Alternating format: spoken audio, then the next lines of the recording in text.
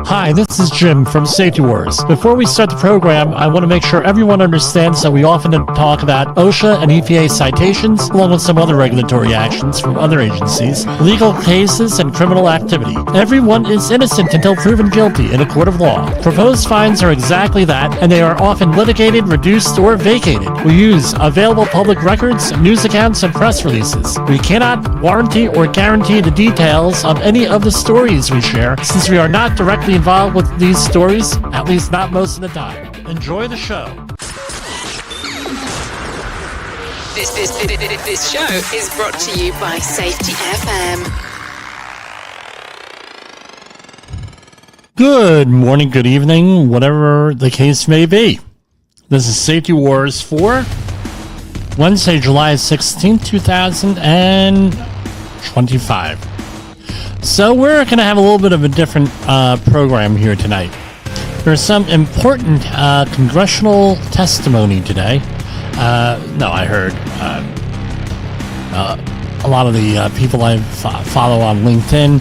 Oh yeah, are you watching this? Oh, blah, blah, blah, blah, blah, blah, blah. And, and some comments good, some comments bad. So what we're going to do is we're going to play the entire thing in its entirety. Why are we doing that? Why? Because we have to know, just like yesterday, where we have been talking about the DHS and some of their press releases. Nobody else is talking about this stuff. As rely on us to give you what's in there. So back in the political days was like, well, was I really watching the same hearing? And then, later on, you find out, well, it's all about the connection that they make with people. You hear what you want to hear with that. So what we're going to do is we're going to play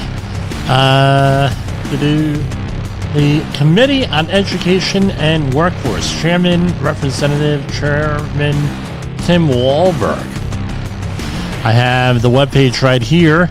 Hearing recap: safe workplaces, stronger partnerships, the future of OSHA compliance assistance from today in Washington, D.C. OSHA's compliance assistance programs, such as the VPP programs, provide incentives to employers to reduce workplace injuries and illnesses without punishing job creators. Today, the Subcommittee on Workplace Protections held a hearing to examine how to better support these programs. Subcommittee Chairman Ryan McKenzie, Republican of Pennsylvania, noted how the modern workplace is changing and the law must meet these new needs. New industries, emerging technologies, and evolving hazards require OSHA's compliance assistance programs to be more innovative, accessible, and adaptable than ever before. Updating compliance assistance programs calls for a collaborative approach. Strong partnerships among state agencies, nonprofit organizations, industry leaders, and other stakeholders will be vital. We must combine enforcement efforts with educational opportunities for employers and workers who want to meet their compliance obligations if we are going to protect workers. Congressman Chairman Tim Wahlberg, representative of Missouri, questioned the notion that by participating in VPP, employers skirt their compliance obligations. Mr. Myron Harper, National Health and Safety Director at the Cintas Corporation, explained how VPP workplaces are held to a higher standard when it comes to audits. On an annual basis, we need to submit our records of where we are for continuous improvements, and then every so often, OSHA has to come back and reevaluate our site to make sure that we are held to that standard. In addition to that, when submitting our applications, incident rates have to be below or at the industry average, Mr. Harper stated. Everybody has their thing to say. Representative Mark Mesmer, Republican from Indiana, highlighted how employee involvement is a key ingredient in creating a safe workplace. In his line of questioning, he asked Mr. Chris Williams, Executive Director at the VPP Participants Association, if employee buy-in creates a culture of safety at participating VPP work sites. Quote, absolutely, sir. It is a culture where safety is the core value upon which every decision is made and where employees, frontline workers are empowered to stop unsafe work to own that program, as Williams said. Representative Randy Fine discussed H.R. 2844, the Michael Enzi Voluntary Protection Program Act, and how Congress can finally get its legislation across the finish line. I think there has been a misconception that the VPP is pro one party or another. It's a bill for everyone. It's a bill that's had bipartisan support in previous sessions, including this one. It's a simple piece of legislation. It aims to make a program that has been so successful for reducing workplace injuries and illnesses and engaging employees in workplace safety and health, and it simply makes it permanent. This is a victory for all American workers, exclaimed Mr. Williams. Representative Grothman, Republican from Wisconsin, asked Mr. Kevin Sell, senior management of the corporate development at Quest Group, testifying on behalf of the Associated Builders and Contractors, how OSHA can better support programs that help businesses protect employees rather than push agendas to get headlines in the news. Mr. Sell also pointed to H.R. 2844, but added how the shortage of compliance assistance specialists has hindered workplace safety. Quote, we need to get these areas, their compliance assistance specialists back so they can work with the people who want to improve health and safety and the lives of their workers and enable the businesses to grow. We're all trying to grow in a way that's healthy, safe, and smart to provide workers a quality of life and to provide this great country with a future. Bottom line, Republicans see employers as partners to assist in providing safe work environments, not adversaries in the need of punishment. That's actually a pretty good line there, right? Whoever came up with that one. Committee Republicans are working to enact pro-growth policies that allow workers, job creators, and their families the opportunity to thrive. And no, I'm not going to go one way or another here, but we're going to just go with the entire thing. And I will see you tomorrow on this program. It'll be Thursday, so you're going to be getting 4 programs this week. For Safety Wars, this is Jim Polzel.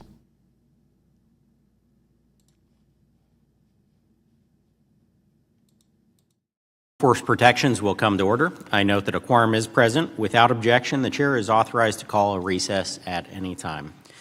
Today's hearing will explore compliance assistance programs offered by OSHA, the Occupational Safety and Health Administration, and its state partners. We'll consider ways to strengthen these federal programs and learn more about the public-private safety partnerships that OSHA's mission includes, with goals of protecting those who work hard every day to provide for their families and deserve to do so in safe working conditions.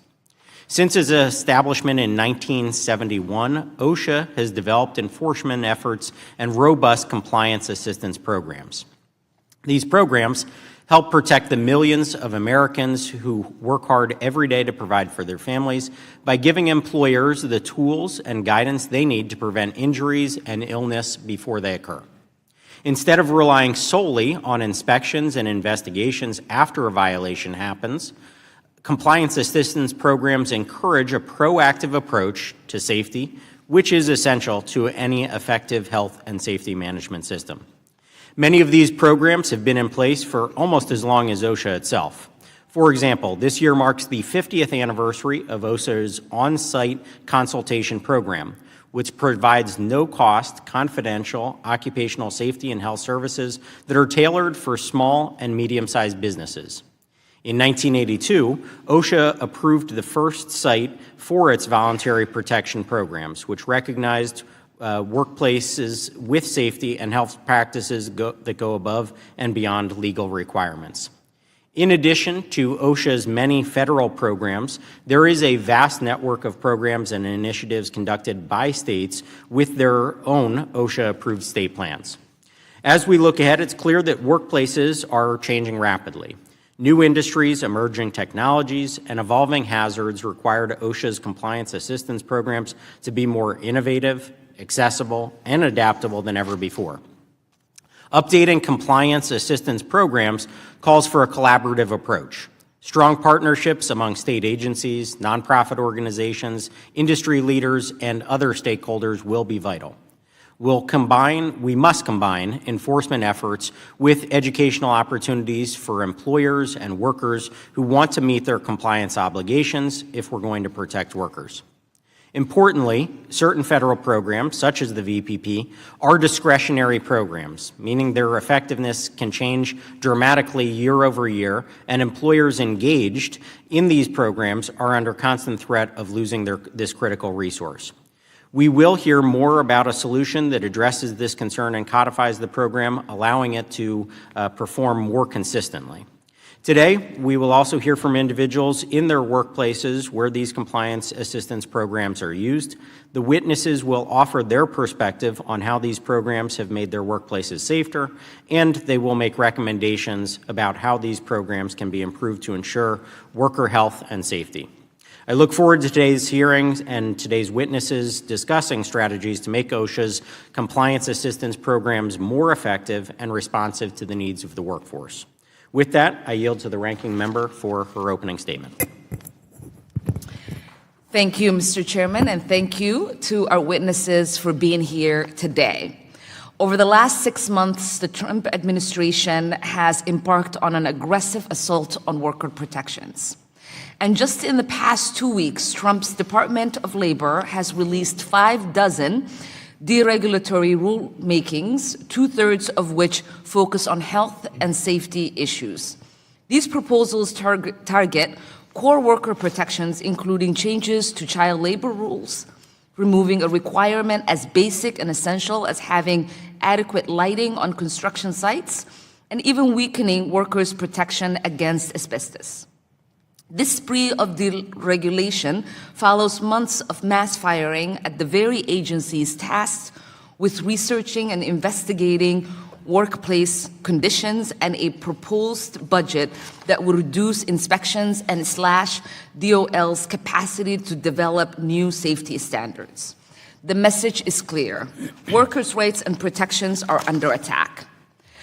Compliance assistance programs such as the Voluntary Protection Program have their place, but they are no substitute for a clear standard that are actively and effectively enforced. No job should ever be a death sentence. Workers deserve to come home to their families at the end of the day, alive, healthy, and whole.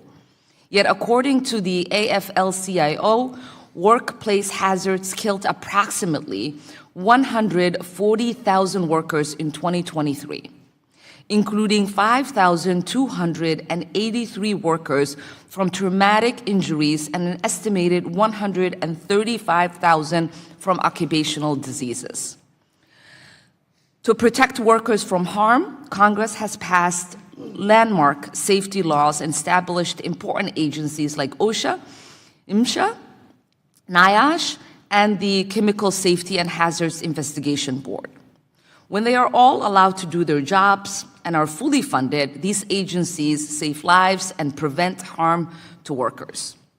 But now the Trump administration is attempting to strip away safety regulations, dismantle critical agencies like NIOSH and CSP. In doing so, they are threatening the lives of workers who rely on those safeguards and the resources these agencies provide. In my own district, we're already feeling the consequences of these cuts.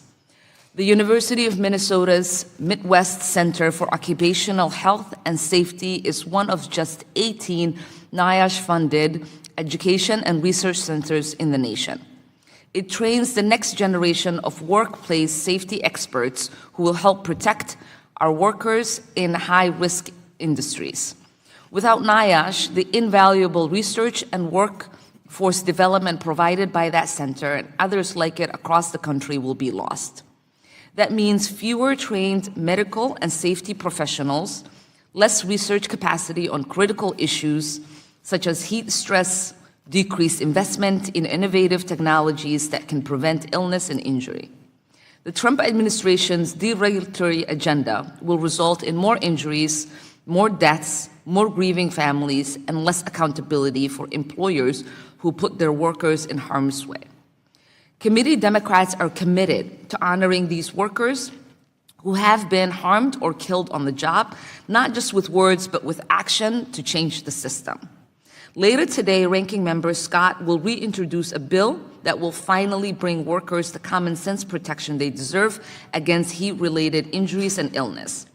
I am proud to co-sponsor the Unsansian Valdivia Heat, Illness, Injury, and Fatality Protection Act, which requires OSHA to finally issue an enforceable rule with the strongest feasible protection against heat illness, including paid rest break, access to water, shaded or cooled recovery areas, and training that is delivered in the language and format the workers understand. These are sensible safeguards that will save lives. Ranking Member Scott, Representative Courtney, and I also reintroduced the Protecting Americans Workers Act, which would make long overdue improvements to the enforcement of the Occupational Safety and Health Act. This bill would expand coverage to millions of workers currently excluded from the law's protections and strengthen whistleblower protections. These reforms are critical to preventing the most serious violations that endanger workers' safety. Democrats are offering real solutions to the problems workers face on the job instead of ripping away protections. I hope that our discussion today can center around ensuring that workers come home safely at the end of the day. Finally, Mr. Chairman, I request unanimous consent to enter into the record a statement from the United Steelworkers about the Compliance Assistance Program we will be discussing today. Without objection. Thank you, and I yield back. Pursuant to Committee Rule 8C, all members who wish to insert written statements into the record may do so by submitting them to the committee clerk electronically in Microsoft Word format by 5 p.m. 14 days after this hearing. And without objection, the hearing record will remain open for 14 days to allow such statements and other extraneous material noted during the hearing to be submitted for the official hearing record. Now to the introduction of our witnesses for today. Our first witness is Mr. Chris Williams, the Executive Director for the Voluntary Protection Programs Participant Association in Falls Church, Virginia. Our second witness is Mr. Myron Harper, the National Health and Safety Director for Cintas Corporation in Indianapolis, Indiana. Our third witness is Ms. Rebecca Reindahl, the Safety and Health Director at the AFL-CIO in Washington, D.C. And our final witness is Mr. Kevin Sell, Senior Director for Corporate Development at Quest Group in Alexandria, Kentucky. Mr. Sell is testifying on behalf of the Associated Builders and Contractors. We want to thank all of our witnesses for being here today, and we look forward to hearing each of your testimony. Pursuant to committee rules, I will ask that each of you limit your oral testimony to 3-minute summary of the written testimony that you've provided. As committee members have many questions to ask for you, the clock will count down from 3 minutes. Pursuant to Committee Rule 8D, the committee practice, however, is that we will not cut off your testimony until you reach the 5-minute mark. I would also like to remind the witnesses to be aware of their responsibility to provide accurate information to the subcommittee. And with that, I will recognize our first witness today, Mr. Williams. You're recognized for your testimony. Chairman McKenzie, Chairman Wahlberg, Ranking Member Omar, and members of the subcommittee and committee, I thank you for the opportunity to testify in support of OSHA's compliance assistance programs. My name is Chris Williams, and I serve as the Executive Director of the Voluntary Protection Programs Participants Association. For 40 years, VPPA has represented sites and companies involved in VPP. Our more than 1,400 members represent every industry and collectively represent nearly 300,000 workers, union and non-union. More than half of VPPA's members are current VPP sites who, along with the nearly 1,900 sites across the country, share in our mission to raise the standard for workplace health and safety excellence. VPP is a program founded on collaboration. In 1979, the California Building Trades Council, National Constructors Association, and Cal-OSHA came together to develop the Cooperative Self-Inspection Program. It was aimed at preventing injuries and illnesses during construction of the San Onofre nuclear power plant. Led by labor and with full management buy-in and oversight by Cal-OSHA, this resulted in levels of cooperation previously unseen and laid the foundation for the program that we see today. OSHA's VPP has maintained this bedrock commitment to employee involvement, management commitment, and regulatory oversight, working together to foster a culture of continuous improvement. The proof's in the numbers. According to OSHA data, VPP sites maintain an average injury and illness rate 53% below BLS industry averages. To put that in perspective, the average American workplace sees nearly 3 injured workers per 100 full-time employees. For VPP sites, that number is closer to 1. And that's still one too many because VPP fosters a culture where safety is the core value upon which every decision is made. It's why VPP works and saves. VPP's impact goes beyond participants. It's felt across the more than 10 million workplaces in the United States through countless process innovations and best practices. It's felt by OSHA through the Special Government Employee Program, with VPP companies committing their own personnel and resources to work alongside OSHA, developing new ideas that are routinely adopted and improved. Simply put, VPP is a shining example of what labor, management, and government can do when working together towards a shared vision of what can be. Yet, VPP remains a discretionary program, meaning that it can be eliminated at any time, for any reason, by any party. And make no mistake, it's been under threat before. That's why we're pleased to see the introduction of H.R. 2844, the Michael Enzi Voluntary Protection Program Act. This bill's aim is simple: to make VPP a permanent program within OSHA, to require that a percentage of OSHA's budget be set aside to fund VPP, and to create a pathway for every American workplace to reach VPP-level performance. VPP enjoys broad support: Democrats and Republicans, management and labor. In fact, VPP was built by labor. Nearly 500 locals are signatories to VPP agreements, among them more than 380 AFL-CIO-affiliated unions. VPP is the gold standard of safety and health management systems and the only one available free to every workplace willing to commit to and abide by its stringent ongoing requirements. Participants know that protecting workers isn't proprietary. It isn't a union or non-union issue. It's about sending our loved ones home in the same or better condition than which they arrived every day. I thank you for your time, and I look forward to your questions. Thank you, Mr. Williams. Next, we have Mr. Harper, and I recognize you for your testimony. Good morning, Chairman McKenzie and Ranking Member Omar and members of the subcommittee. Thank you for holding this hearing and for the opportunity to testify on the importance of the Voluntary Protection Program. My name is Myron Harper. I am a Director of Health and Safety for Cintas Corporation. Cintas is dedicated to helping more than 1 million businesses of all types and sizes across the United States get ready to open their doors with confidence by providing a wide range of products. Cintas employs approximately 47,000 employee partners in our workforce today, and our overarching goal is to ensure everyone returns home safely at the end of the day. We accomplish this through our Cintas Health and Safety Management System, which is modeled by after our OSHA Voluntary Protection Program. Since the certification of our first site in 2010, 139 additional Cintas facilities nationwide have achieved VPP STAR certification. Achieving VPP STAR certification is a rigorous process. Our locations must show that all employee partners work together to prevent workplace injuries and incidents. I also serve as a special government employee through OSHA's Voluntary Protection Program. As a special government employee, I have the opportunity to engage with peers through multiple educational opportunities, mentoring, and by participating in on-site evaluations. Even though OSHA works together with sites to find solutions to give feedback, we are held to an even higher standard and are still subject to audits and evaluations post-certification. And this remains critical to the success of this program today. I would like to thank Congresswoman Diana Harshbarger and Congressman Mike Thompson, the bipartisan co-sponsors of H.R.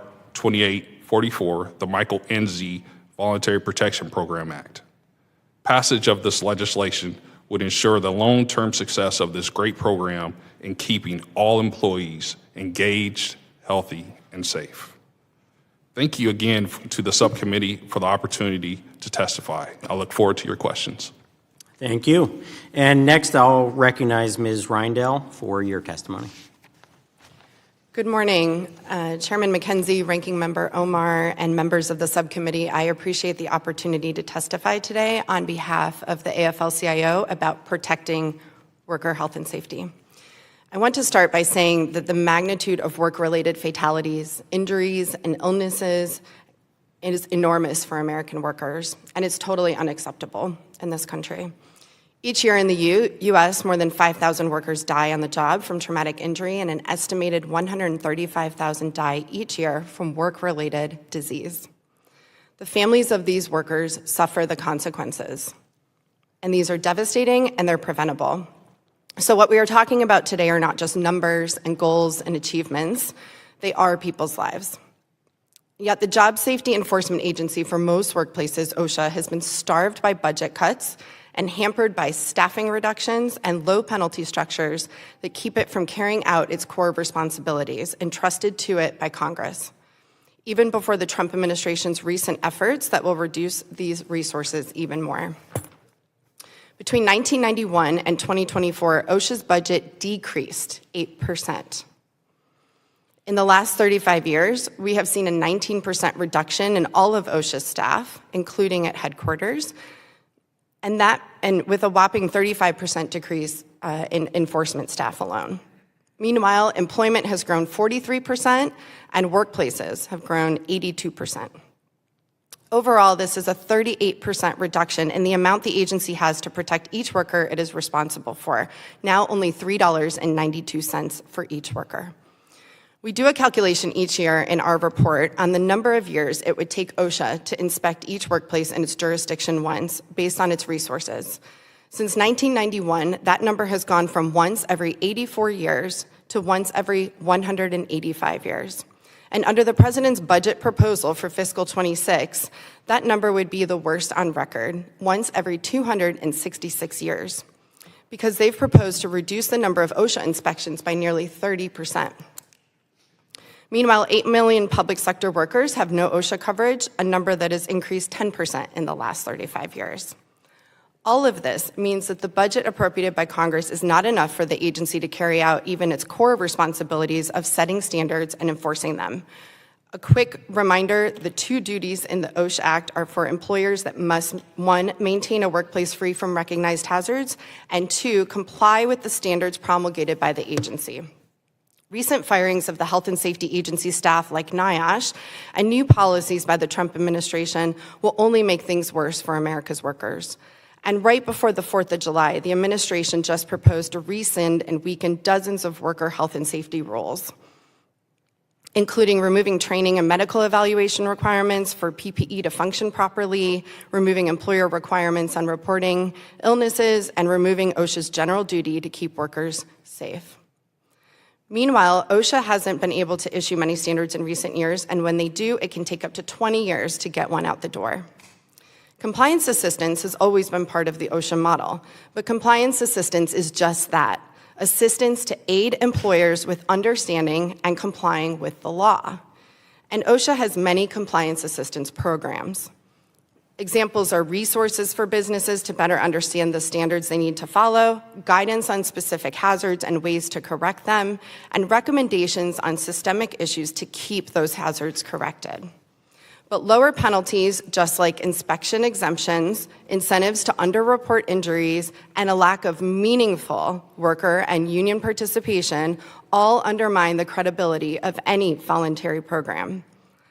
And resources are not distributed evenly. For years, OSHA has consistently spent more than 10 times the amount of money on employer compliance assistance than it has on worker safety and health training.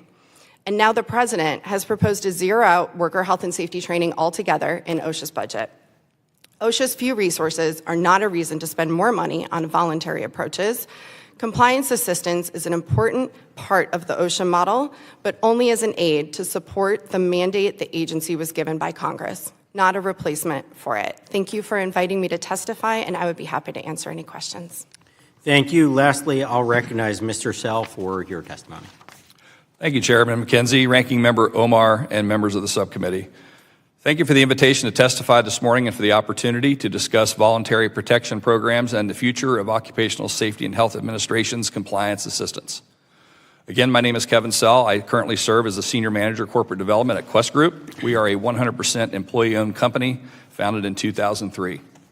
Quest Group has grown from its roots in Port Clinton, Ohio, to become a trusted partner across the United States. Today, Quest Group is licensed in nearly 40 states with 7 regional offices and 2 craft education facilities.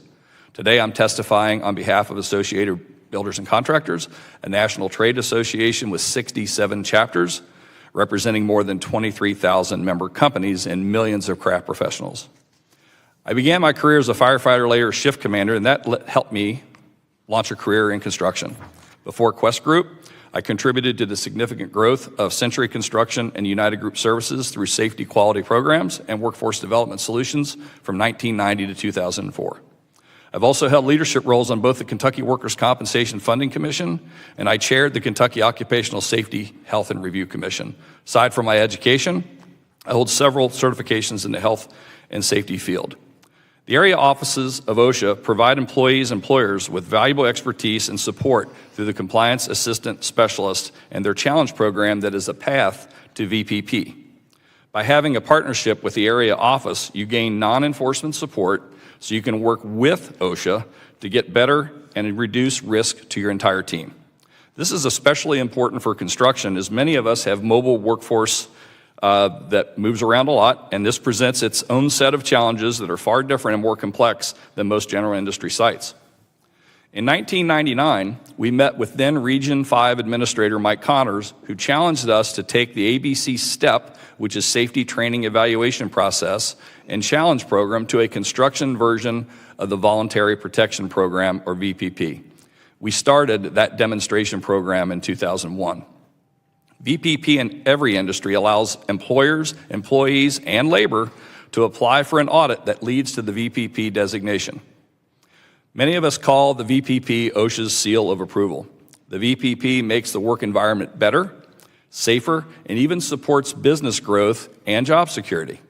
It's also important to note that positions like the Compliance Assistant Specialist and VPP allow OSHA to focus on the bad employers and use their VPP partners as subject matter experts and resources.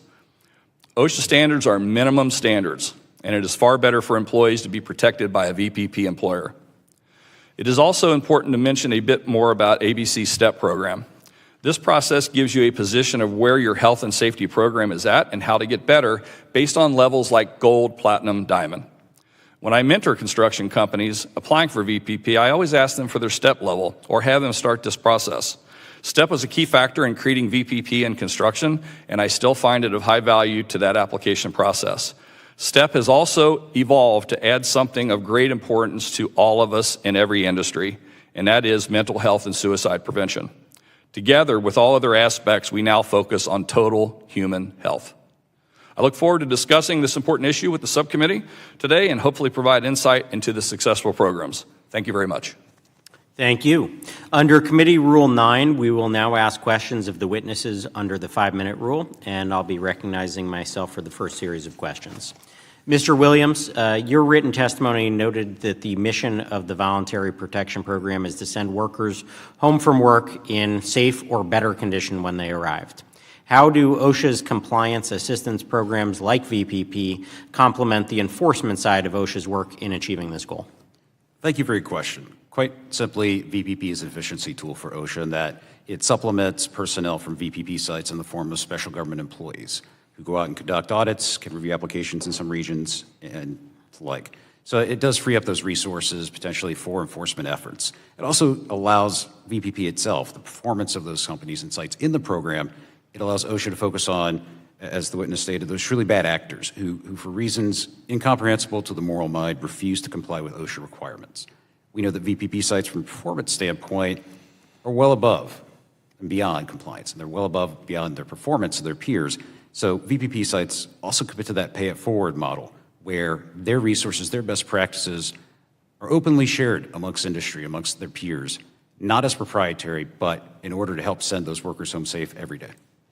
Well, I appreciate that response, and it actually sets up my next question perfectly. Mr. Harper, you highlight in your written testimony the opportunities given to you as a special government employee or an SGE. As an SGE, you're able to offer your knowledge and experience to smaller businesses just starting out and businesses in need of strengthening their current safety practices. How has your work as an SGE benefited smaller businesses? So with small businesses, we've been able to partner with them through SGE initiatives, through Voluntary Protection Program by going out, visiting those sites, directly partnering with them, sharing those best practices with them, as well as inviting them to our sites to partner with them. It's a great benefit to those smaller sites as well as to our site to partner with other businesses that may have the same issues that we have faced before, and we're able to help identify those solutions directly. So building businesses, community involvement together to send every employee home safe and sound. So we appreciate the work you do helping small businesses there. I think that's fantastic. How does that benefit your organization, Cintas? So with Cintas, especially with the customers that we have, we've been able to partner with those small businesses to help them with their initiatives and help us as far as a company to build that relationship with that site. So if they continue to build and grow, that helps us long run on our side as well. But it helps us with our knowledge, sharing best practices from those sites, and things that we're able to benefit from with the SCE evaluations and tools that we get from those sites. Fantastic. My final question is for Mr. Sell. By having the Voluntary Protection Program in place, OSHA gains industry ambassadors who enthusiastically offer their expertise to industry safety efforts, as we just heard. OSHA may also exempt VPP sites from programmed inspections, which allows the agency to allocate resources towards expanding outreach or, when needed, enforcement. Having participated in the VPP, can you highlight the benefits an employer and its employees receive from the program? Certainly, and thank you for the question, Mr. Chairman. So as the employer or the group, the company, the benefits received is that you're starting that, it's not just a partnership. I would argue that it's a relationship, and that you're in regular communication with your respective area office. And getting to know those people and what they do also gives you more access to standards that are coming out, more input. The employees understand that they're working for a company and with a company where they're engaged in the voluntary protection process and where they look at OSHA as a partner and they don't look at them as the occupational police, which I'm not saying that that's not needed. I'm just saying in the VPP setting that it's a cooperation, it's engagement, it's collaboration with the agency, which is, I think we all would welcome more collaboration with federal agencies that actually benefit employees. Appreciate that answer. Thank you. And with that, I'll conclude my questioning. And next, I'll recognize the ranking member for 5 minutes of questioning. Ms. Raindl, thank you so much for joining us today. Just this week, OSHA announced a major policy change related to the monetary penalties for workplace safety violations. Under current law, what is the maximum penalty OSHA can seek for a serious violation? Excuse me. The maximum penalty is $16,000, $550. So it's roughly $16,000. What if a worker is killed? If a worker is killed, it depends on the type of violation. It could also be a maximum of $16,000 if it's a serious violation. And just to be clear, these are only the maximum penalties, right? These are maximum penalties. They're often much, much lower. In our annual report, we do look at this, and for federal OSHA, the average serious penalty that OSHA issues is $4,000 for a serious violation of the OSHA Act. Now, can you briefly tell us what OSHA announced this week? What are the consequences of this decision, and will workers' lives be at risk? Sure. OSHA announced on Monday a new policy change related to its penalty structure and related to reducing penalties for businesses when they are cited by OSHA. OSHA has always, long-term, has had 4 categories for good faith, penalty reduction, history, lack of a history of violations, penalty reduction, quick fix penalty reduction, and size-based penalty reductions. And what this policy did here was it changed the criteria, and it's letting more employers into the penalty reduction space, and that includes large employers, not just small businesses. It also increases the penalty reductions to 70%. So you get fined by OSHA, you can have up to a 70% penalty reduction now, or 80% for willful violations. And if you haven't had an inspection in 5 years, you actually can have a reduction in penalties. And what it used to be was that you had to have an inspection in the last 5 years without many serious violations in order to achieve that. Wow. What message does it send when this administration is willing to make it cheaper to break the law? Sure. This new policy just creates incentives for employers to take the low road and to not follow the law. If you know that, we already know that OSHA doesn't show up to workplaces because of its resources, that it can't make it to so many workplaces every year. And further now, we know that if they will show up to, employers can expect penalties that are much too low to be a deterrent for violating our nation's safety and health laws. In May, Secretary Chavez Romero told this committee that she would double down in addressing child labor. And yet her Labor Department recently sent a draft rule to OMP on child labor, which has not been made public. That might actually weaken child labor protections. With child labor violations rising across the country, we need to make our child labor laws stronger, not weaker. And I hope everyone here can agree with that, because potential rollback is very troubling. Ms. Rindle, if this new DOL rule increases hours that children can work or exposes them to more dangerous jobs, what exactly is the Trump administration doubling down on? Sure. Yes, we haven't seen this rule in full yet, but it is by title about hazardous occupations for children to work in. So we actually have seen these things before in the first Trump administration, where they have attempted to lower the age that children can work in dangerous occupations and having them work at different hours for longer time periods. And right now, for decades, our nation has prevented children from working in certain hazardous occupations. We've had many violations of this over the years, and child labor violations are a very clear indicator of other health and safety violations that are going on in workplaces. Thank you, and with that, I yield back. Thank you. Next, we'll go to Chairman of the Full Committee, Mr. Wahlberg from Michigan. Thank you, Mr. Chairman, and thanks for holding this hearing, and thanks to the panel for being here. Mr. Williams, you indicated that in your written testimony that an estimated 1,900 work sites participate in the Voluntary Protection Program. What percentage of those sites are union sites?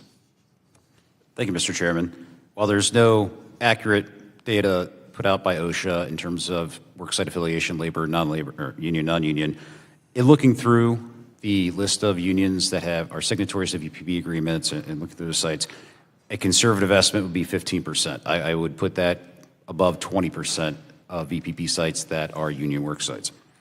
I say that because the data is incomplete to some extent. For example, in California, 61% of VPP sites are union affiliated.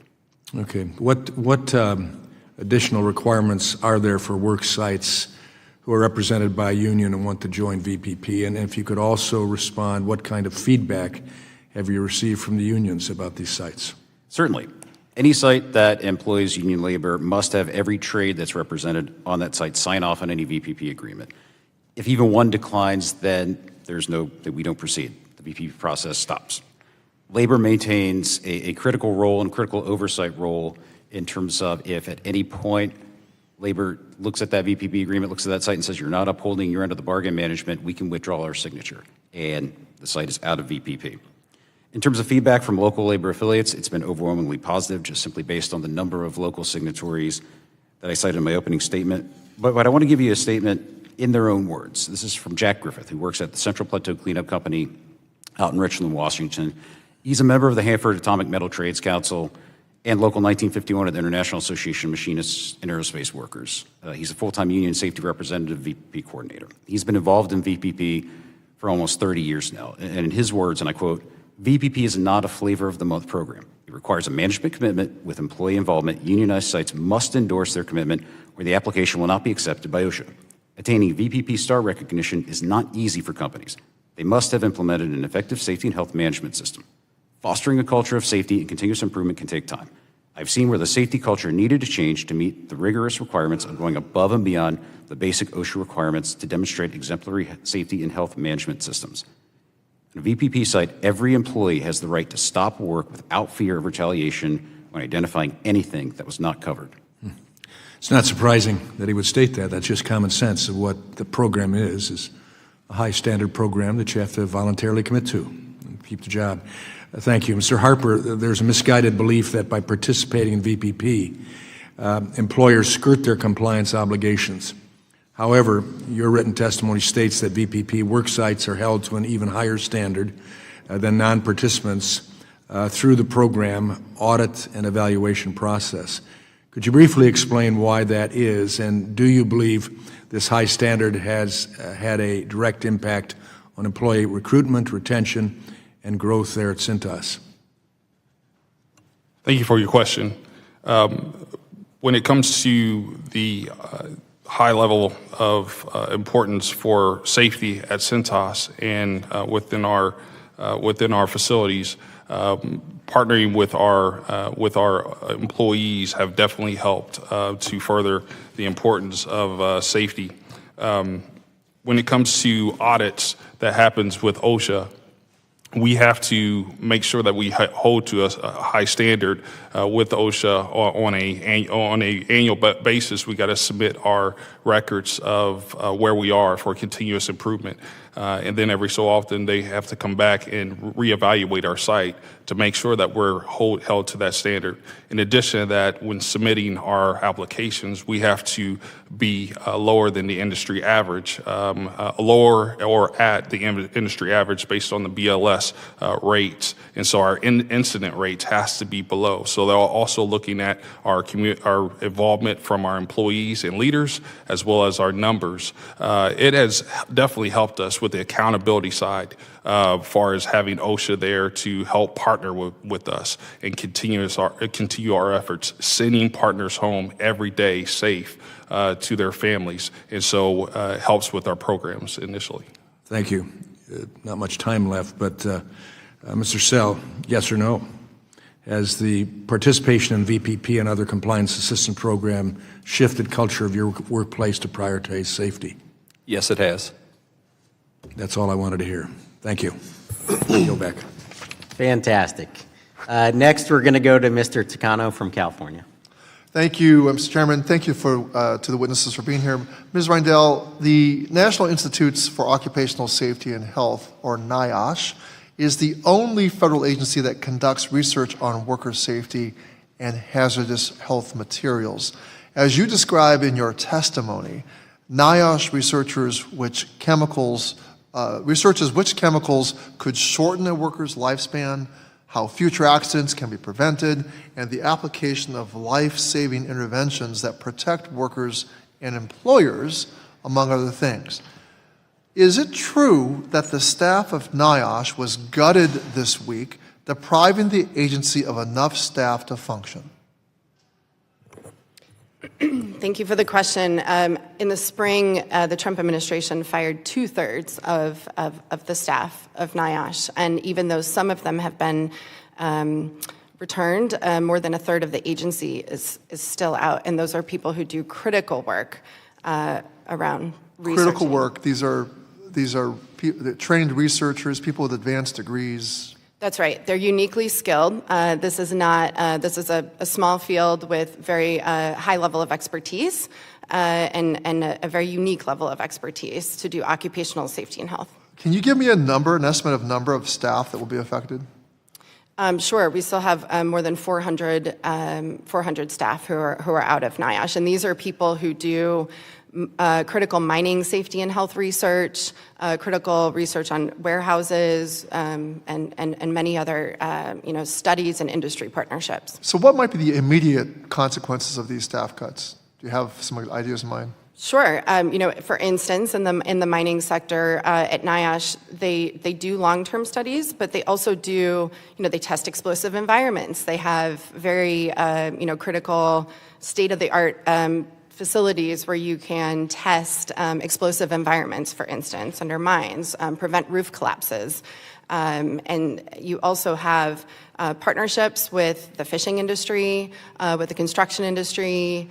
These are a lot of the industries that are still, the research is highly impactful, and it's also research that's applied and it's immediate. So it's understanding why employers or employees aren't adopting safety practices and helping them. Great, thank you. My district contains one of the largest logistics hubs in the world. In the Inland Empire, more than 200,000 people are employed by the warehousing industry. Warehousing work has among the highest rates of serious injury of any industry in the country. Workers suffer lifelong injuries from overexertion and repetitive stress, which can permanently destroy an employee's back, wrists, and other joints. Heavy objects and equipment that mean a collision or a fall could be deadly and has resulted in hundreds of worker fatalities per year. As online shopping booms, so does the safety risk associated with that industry. A 2024 Senate report indicated that one Amazon Prime Day, just one Prime Day at Amazon, led to a rate of 45 injuries per 100 workers. That's nearly a 50% injury rate. Ms. Reindel, researchers at NIOSH's Western States Division were conducting research into making warehouse work safer. Their staff was just eliminated. How will cuts at NIOSH affect my constituents? Absolutely. The Western States Division is a smaller office out in the Western states that are incredibly efficient. And they affect warehouses because they do important work on ergonomics, which you were just talking about, and preventing musculoskeletal disorders from repetitive stress injuries, and also on fatigue. I mean, warehouses have extreme issues with workers working long hours, fatigue issues, transportation issues related to the logistics industry. So we can expect without NIOSH that injuries and illnesses will go up, fatalities will go up, and this is going to harm generations to come. So we just passed this big ugly bill, $160 billion to do immigration enforcement, a budget that's bigger than like several defense budgets put together. So there's a trade-off here. We're going to eliminate an office, a small office, that could make warehouse work safer for my constituents. So I'm seeing a trade-off here, Ms. Reindel, and I'm very, very alarmed by it. I yield back. Thank you. Next, we'll go to Mr. Mesmer from Indiana. Thank you, Mr. Chairman, and thank you for the witnesses for being here today, especially my fellow Hoosier, Mr. Harper. Mr. Harper, compliance assistance programs are a proactive approach that results in reduced costs for both OSHA and the participating employers. Can you explain to our subcommittee how these programs reduce costs for both OSHA and the employer? Thank you for your question. So with the assistance programs, especially with the SGEs, we're able to have multiple people go to a site or partner with other sites versus having one personnel from OSHA in one area, one region, supporting thousands of sites. And so by helping other businesses partner with other businesses through VPP has absolutely helped partner with other sites, build that relationship, especially with the government special government employee program. Okay, thank you. You also ran a successful VPP program, and those work sites require buy-in from all parties involved. What role does employee involvement play in a successful VPP work site? Thanks again for your question. So with the employee involvement, one cannot get a VPP site. You can't go through certification without having that involvement, without having that engagement from your employees. And so this is not built on, our safety system is not built on one person, but it's all the employees at that site and multiple sites. So that's buy-in from everyone at that site to get everyone home safe and sound. So that's very important to the success of this program in VPP. Thank you. OSHA has found significantly lower injury and illness rates among VPP participants. Mr. Williams, would you say that that employee buy-in creates a culture of safety within your organization by being a VPP participant? Absolutely, sir. It is a culture where, as I mentioned before, safety is the core value upon which every decision is made, and where employees, frontline workers are empowered to stop work, to own that program. Thank you. And also, Mr. Williams, critics of VPP will claim that by passing H.R. 2844, we will take away from OSHA's ability to enforce safety standards, keep workers safe, even though this legislation dedicates 5% of OSHA's annual funds to continuation of the program. What would you say in response to that claim? I would look at this from the standpoint of VPP funding alone. We know that that number is significantly lower. It's less than 1% of OSHA's overall budget at present. That 5% number represents growth in the program that we know has been successful. And I would relate that as well from the standpoint of we look towards what VPP accomplishes in the scheme of, we talk about enforcement. Enforcement will always have a need within OSHA and will always be part of its core mission.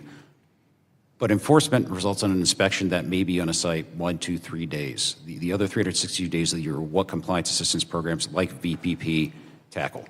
It's creating that environment, the conditions and the culture at a work site so that employees are that empowered to work safe, they're empowered to own the program. Management commits to that, and the regulatory oversight, as the other witnesses have talked about from their personal perspectives, is the fact that that annual self-evaluation, that audit, a VPP site's going to see OSHA on their site every 3 to 5 years. They openly welcome them. Okay, thank you. Yield back the rest of my time. Thank you. Next, we'll go to Ms. Stevens from Michigan.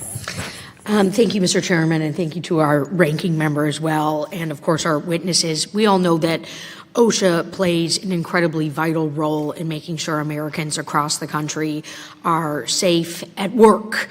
And as a daughter of a small business owner who was a landscaper and employed a lot of people, we know a thing or two about workplace safety in my family, and as someone who has visited over 200 manufacturers in my time in Congress through my Manufacturing Monday program, I see those safety standards in play. But I want to focus my questions certainly on Michigan, but I also just don't want to leave out the assault on our federal workforce and decades of underfunding at OSHA that has been mentioned that leave workers more exposed than ever. And so that combined with catastrophic Medicaid cuts in the reconciliation bill that came down makes it very difficult for workers at this time, and particularly for folks who I hear from a lot in Michigan. An AFL-CIO report found that OSHA has just $3.92 per worker that it is responsible for protecting, and that's down from $6.36 in 1991. And the number of OSHA inspectors per million workers has fallen from 9.7 to 6.1. So, Ms. Rendell, you served at OSHA, you mentioned that. How does this consistent and worsening underscore resourcing or the under-resourcing of the agency that leaves workers exposed to increased safety risks on the job? Sure. I think in short, just to say that you have the fox guarding the hen house, right? You have fewer inspections, fewer presence in the work, less in presence in the workplace by OSHA, by an external third party. You also don't have an avenue for workers to reach out to an external party. We know there's a lot of fear right now in the U.S., generally speaking, and without the ability for OSHA to show up and to talk to workers, this has a severe dampening effect on how we actually can measure what's going on. I also want to say that enforcement has been effectively evaluated by many studies to look at OSHA enforcement and OSHA standards and how those have saved lives and been effective and actually greater than the standards even predict. So we have effectiveness of OSHA enforcement that's been shown through many, many studies. I think a lot of my colleagues are talking about VPP. This program still hasn't been critically evaluated, and where it has, there have been big problems with those evaluations to show that they're actually effective. So what we really want to do is make sure employers are following the law. Yeah, and how about attraction? So when we think about growing our manufacturing sector, we also need to think about the talent that we're bringing in. And I'm curious if when we're ripping away regulatory frameworks and the things that protect people on the job, if it is going to make it easier or harder to attract the talent. Sure. I know there's definitely an emphasis on domestic manufacturing, but how do you do that if workplaces aren't safe? I think that we've also heard today about OSHA being critically a part of the VPP program. We'll say there are a lot of on-site consultation programs and industry partnerships, and resources and compliance assistance are all very important. But OSHA and VPP actually doesn't do audits until once every 3 to 5 years. Yeah. So that's a long time. And one other quick one as well. When you talk about the valuable role that NIOSH plays in keeping workers safe and what American workers will miss out on, how does this upheaval affect that? NIOSH is really our only source in the government for critical research on health and safety issues. It also already has a lot of industry partnerships, a lot of academic partnerships, real implementation on the ground of preventing workplace injuries and illnesses practically in real time, and also conducting surveillance so that we actually know what's going on in workplaces throughout the states. Well, thank you so much, and I yield back my time. Thank you. Next, we're going to go to Mr. Fine from Florida.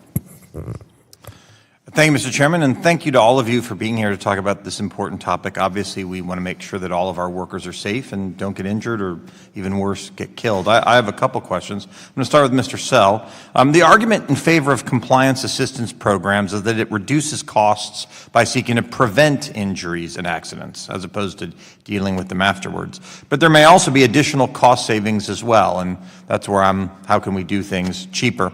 How do OSHA's compliance assistance programs reduce the compliance burden for employers?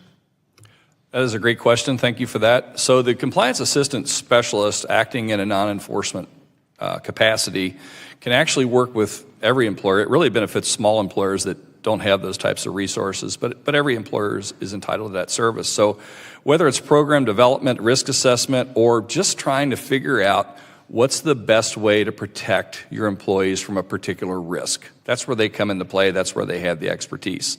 Where they save money, quite frankly, to a business is the output of that. So if they're helping the employer on the front end, then there's no risk, or there's reduced risk on the back end. You also see that come through, at least in my opinion. You have a greater reduction to capacity of your workers' comp insurance, which is based on hours worked. Your general liability goes down, so the company becomes better financially because that compliance assistance specialist, in fact, is saving them money. They also, if they're working in that partnership, and this is an indirect output, employers want employees to work for them, and employees, especially America's workers, want to work for employers of choice. They want to go somewhere where they're protected and treated well, and a compliance assistance specialist helps that because they see them there and they know the employer cares. Okay, well, thank you for that. My next question is for Mr. Williams. Mr. Williams, your written testimony expresses support for H.R. 2844, the Michael Enzi Voluntary Protection Program Act. This bill would require OSHA to dedicate 5% of its annual budget to funding the VPP. A version of this bill has been introduced in previous Congresses long before I got here. But so that's why I want to know, what were past concerns with this legislation, and how does H.R. 2844 address those concerns? Thank you for the question. I'll touch on a couple potential issues that may have been stumbling blocks in previous sessions. The first and foremost is that some of the language from a funding standpoint in previous versions of the legislation would have been considered open-ended. I think there was some concern from both parties that it was a blank check and carte blanche for the Secretary of Labor, whoever that may be at any given time, to fund as much or as little for VPP and compliance assistance. I believe that 5% rider addresses that. Whether OSHA's budget is $500 million or $50 million, it would still be 5% of that amount. The second would be, I think, in looking from the standpoint of, we talked of that budget number, I think there's also been a misconception that the program is pro one party or the other, pro-labor or pro-non-labor, non-union. I think this legislation in the past has suffered from that misconception that one side or the other supports it. It's a bill for everyone. It's a bill that's had bipartisan support in previous sessions, including this one. It's a simple piece of legislation. It aims to make a program that has been so successful in reducing workplace injury and illnesses and engaging employees in workplace safety and health. It simply makes it permanent.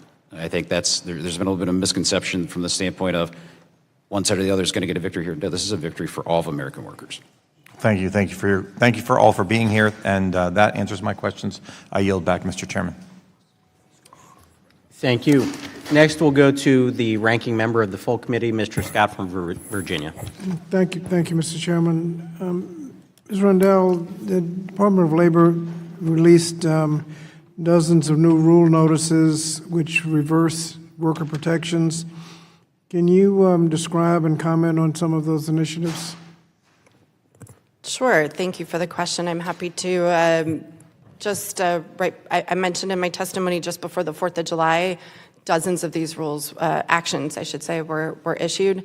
Many are proposals, and there are most of them are attempts to weaken existing safety and health protections and also to roll back some altogether. So very basic but very important items like adequate lighting in workplaces or using, safety colors to detect, caution, very important things. And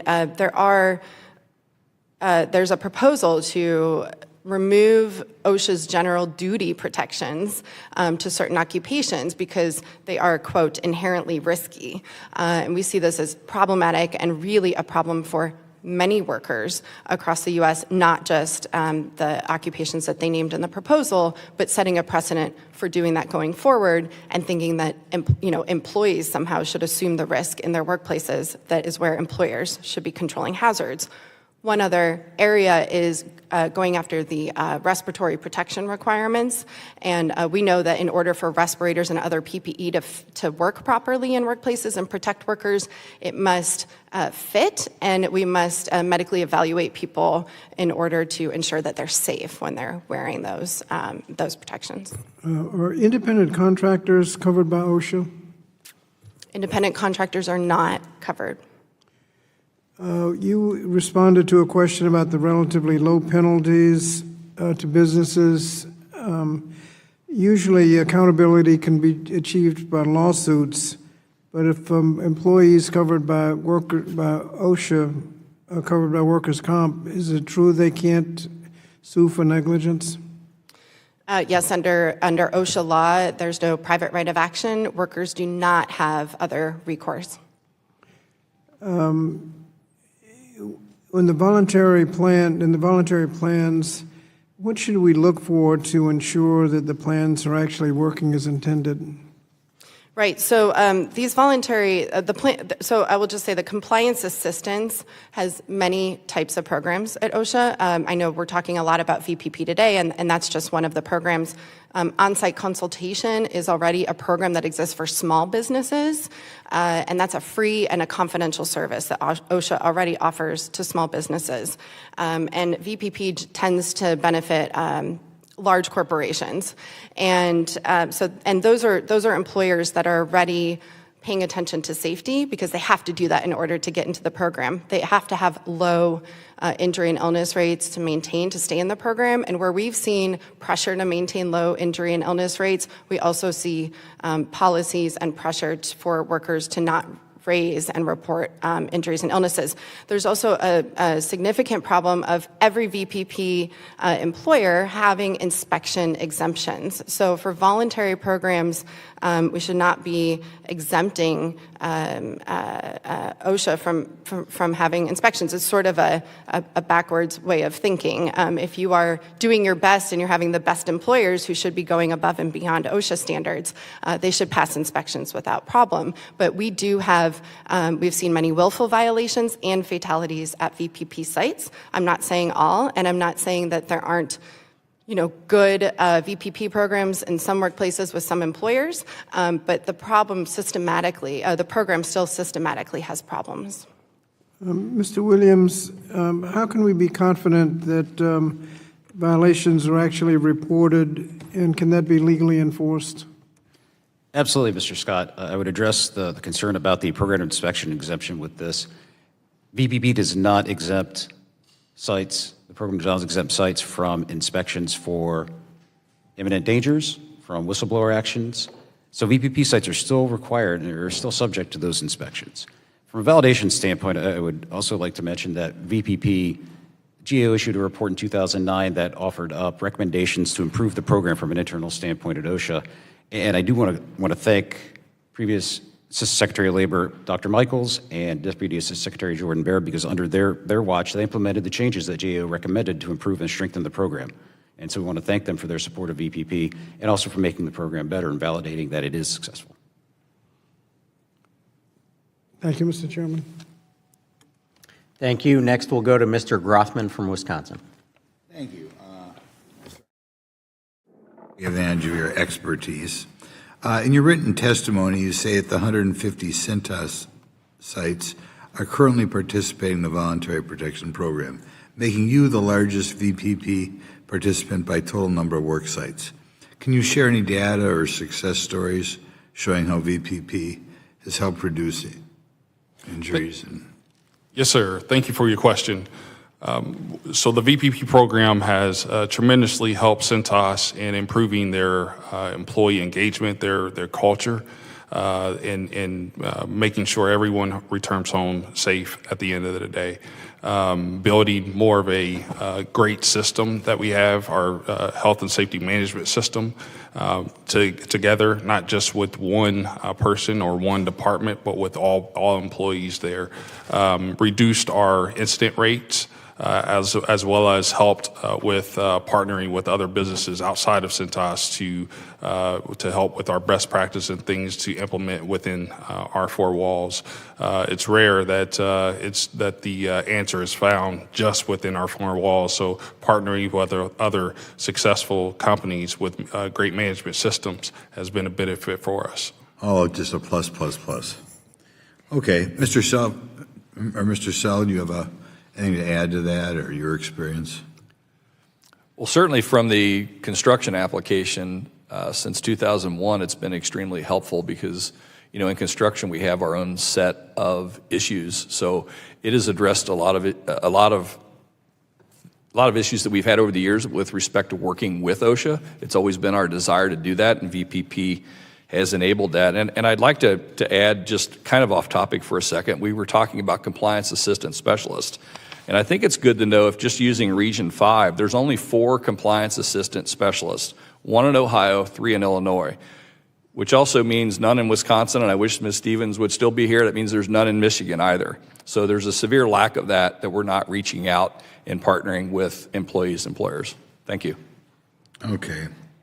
I guess you kind of brought this up, but I'll follow up with a question anyway. How could OSHA better support industry-led safety initiatives and partnerships rather than pursuing policies that appear more focused on headlines than really improving safety? Well, that's a great question and seems to be the hot topic currently. Clearly, new day. New day. Love it. So certainly the 5% funding of voluntary protection programs will be a step in the right direction, as well as getting these area offices, their compliance assistant specialists back so they can work with the people that want to improve health and safety in the lives of their workers and enable the businesses to grow. We're all trying to grow in a way that's healthy, safe, and smart.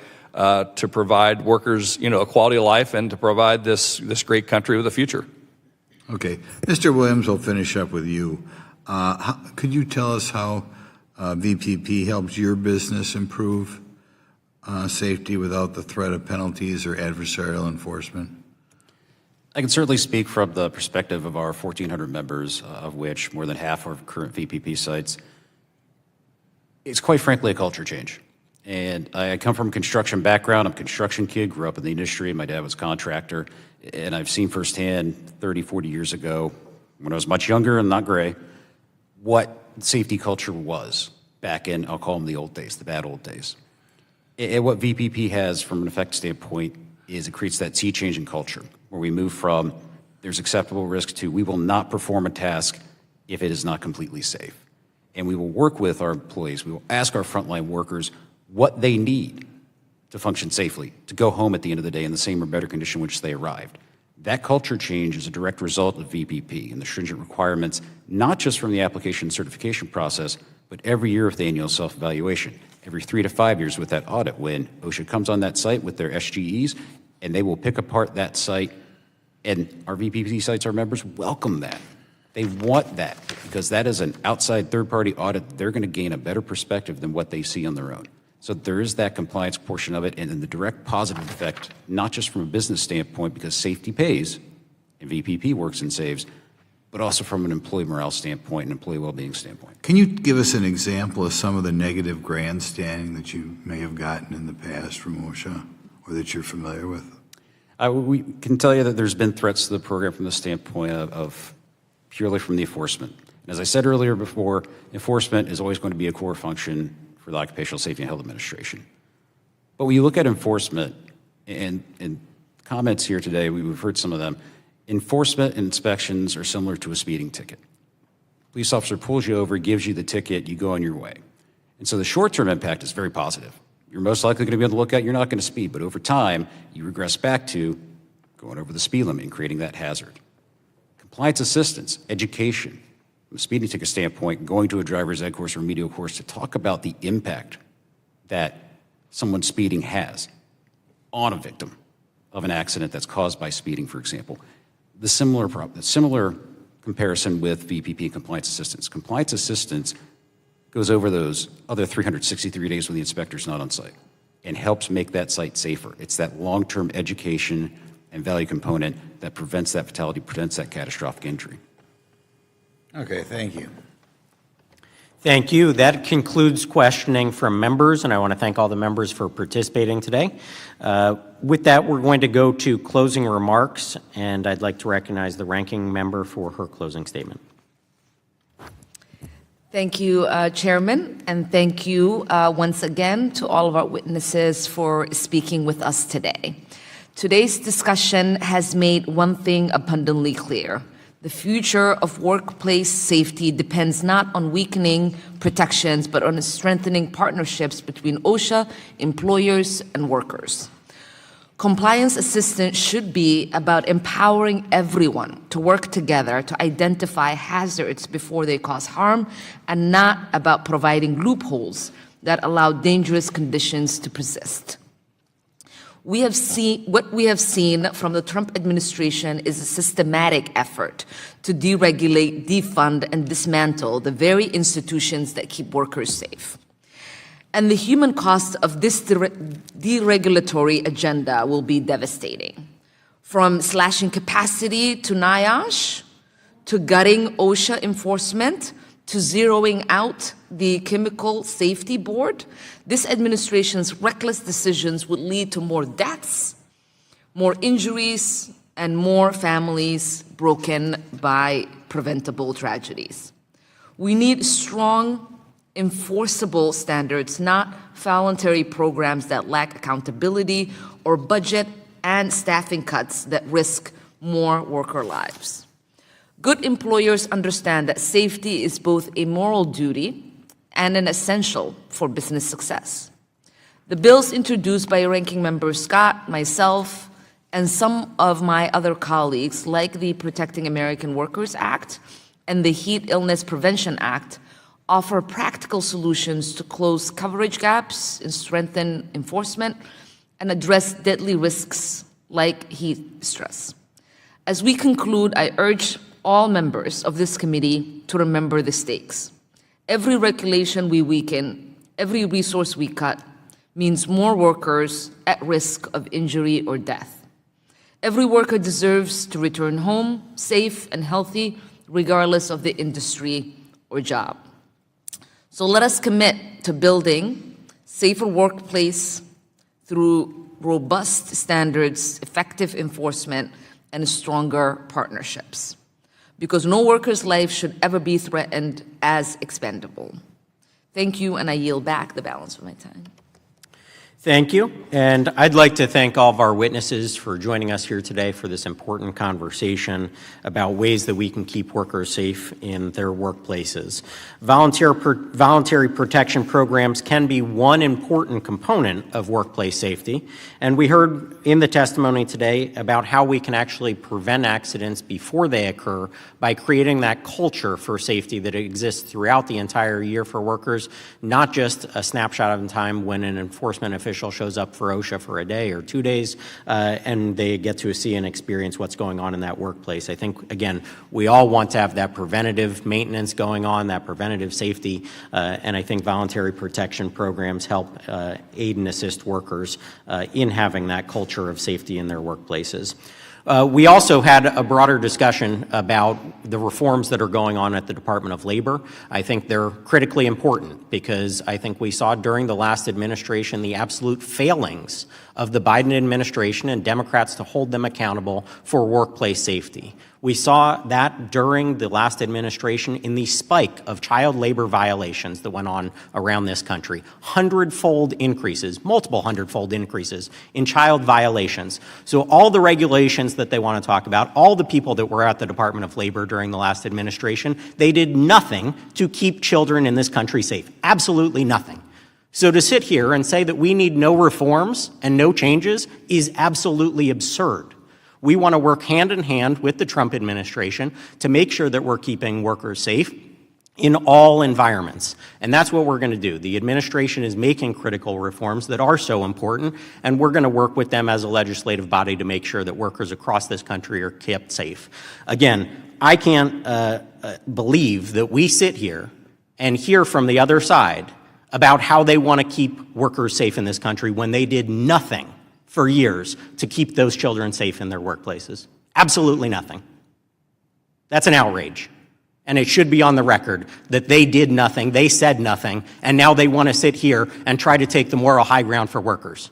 Absolutely absurd. So with that, I would again like to thank our witnesses for being here today. Look forward to working with all of you and everybody across the aisle in a bipartisan fashion to find ways that we can keep workers safe in this country, whether it's in a voluntary fashion or in a regulatory fashion. We all share that same goal, and I want to thank you again for being here. With that, this meeting is adjourned.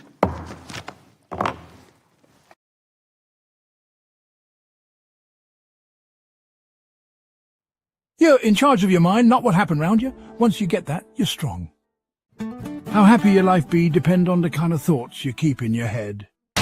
Stop talking about what a good man's supposed to be. Just be one. It ain't death you should fear, but living life and never really living at all. Marcus Aurelius once said, if it not right, don't do it. If it not true, don't say it.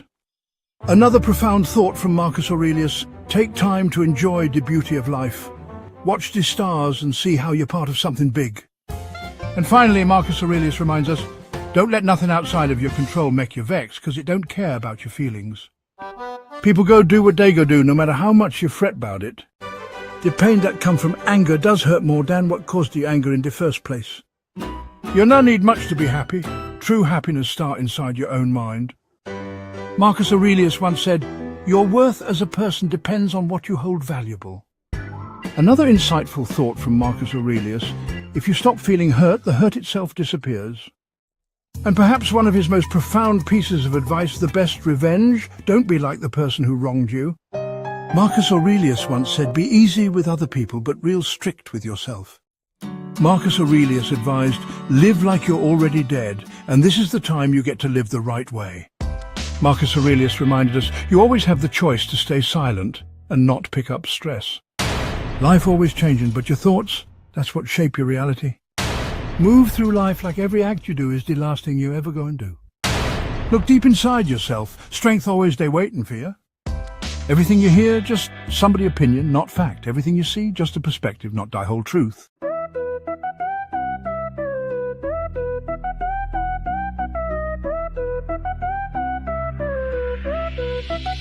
Yo, it's the front line. Boots in the dirt. Every shift we hustle, trying not to get hurt. Congress in the chamber, trying to make it right, talking about OSHA, keeping safety in sight. State plans lagging, yeah, they taking too long. One rule here, one rule go wrong. We need standards consistent, no confusion.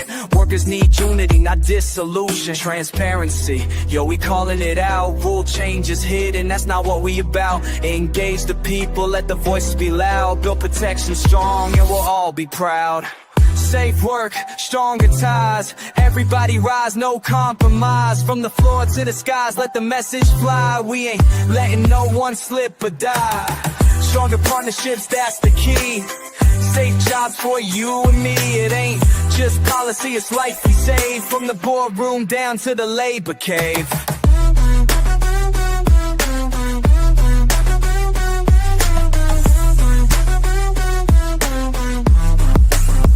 Yo, the data don't lie, but it's been delayed. Too slow to update, and people paid with pain, with blood, with grief. All cause the system was stuck like a thief. Where the outreach, where the plan? You got workers in heat without a fan. Need more heat rules, not just talk. For another soul chalked on the sidewalk. Look, one injury's too many. One death that's too far gone. So we stand with the workers, dawn to dawn. Hard hats, steel boots, gloves worn and torn. They the backbone, yo, of every lawn. They the backbone, yo, of every lawn. Safe work, stronger ties. Everybody rise, no compromise. From the mill to the mines, let the message fly. We ain't letting no one slip or die. Stronger partnerships, that's the key. Safe jobs for you and me. It ain't just policy, it's life we save. From the warehouse floor to the ocean wave. So next time you hear that rule delayed, think of the worker underpaid. This ain't red or blue, it's black and white. A safe job, man, is a human right.